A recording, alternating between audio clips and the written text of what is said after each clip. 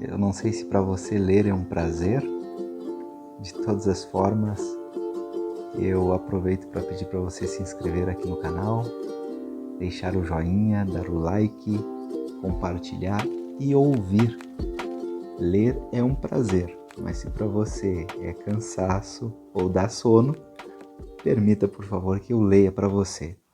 Nossa leitura de hoje é em Marcos, capítulo 3. Ele entrou de novo, acerca de Jesus, escreve Marcos, ele entrou de novo numa sinagoga. Havia ali um homem que tinha a mão paralisada. Eles observavam Jesus para ver se o curava no dia de sábado, com o intento de acusá-lo. Jesus disse ao homem que tinha a mão paralisada: "Levanta-te, vem para o meio." E a eles disse: "Que é permitido no dia de sábado? Fazer o bem ou fazer o mal? Salvar uma vida ou matá-la?" Mas eles ficavam calados. Passando sobre eles um olhar de cólera, entristecido pelo endurecimento de seus corações, disse ao homem: "Estende a mão."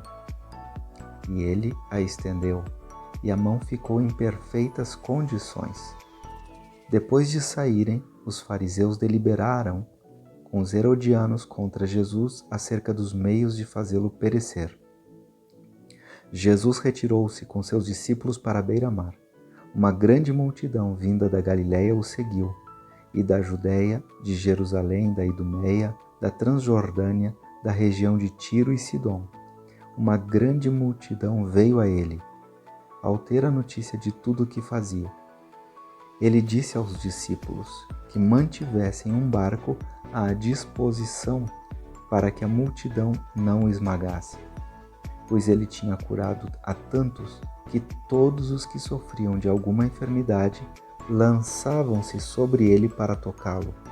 Os espíritos impuros, quando o avistavam, lançavam-se aos pés dele e gritavam: "Tu és o Filho de Deus." E ele lhes ordenava muito severamente que não o dessem a conhecer. Jesus sobe à montanha e chama aqueles que ele queria.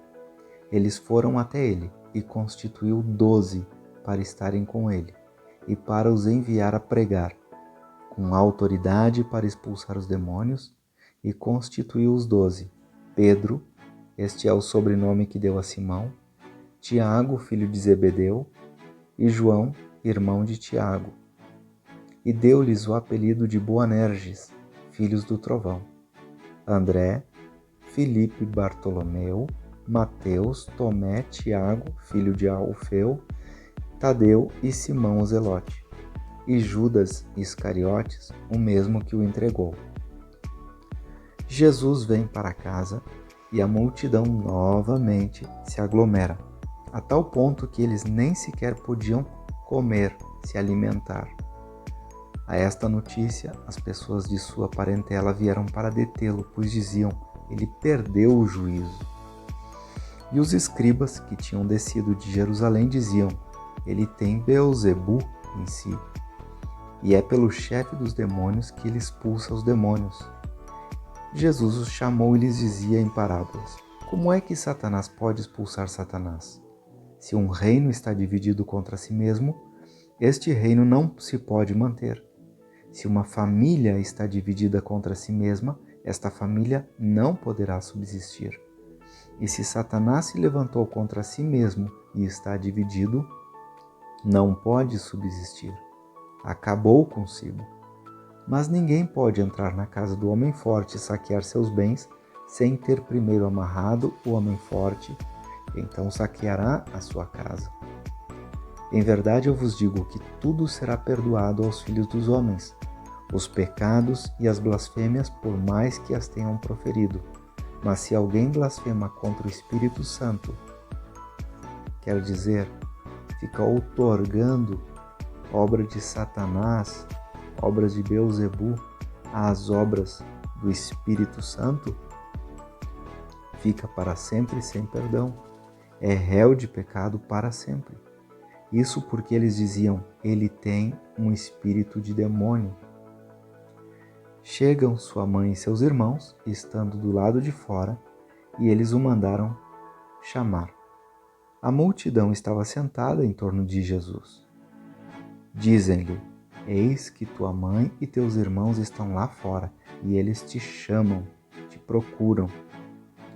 E ele lhes responde. Jesus diz: Quem são minha mãe e meus irmãos? E percorrendo o olhar aos que estavam sentados em círculo à sua volta, disse: Eis minha mãe e meus irmãos. Todo aquele que faz a vontade de Deus, esse é meu irmão, minha irmã e minha mãe.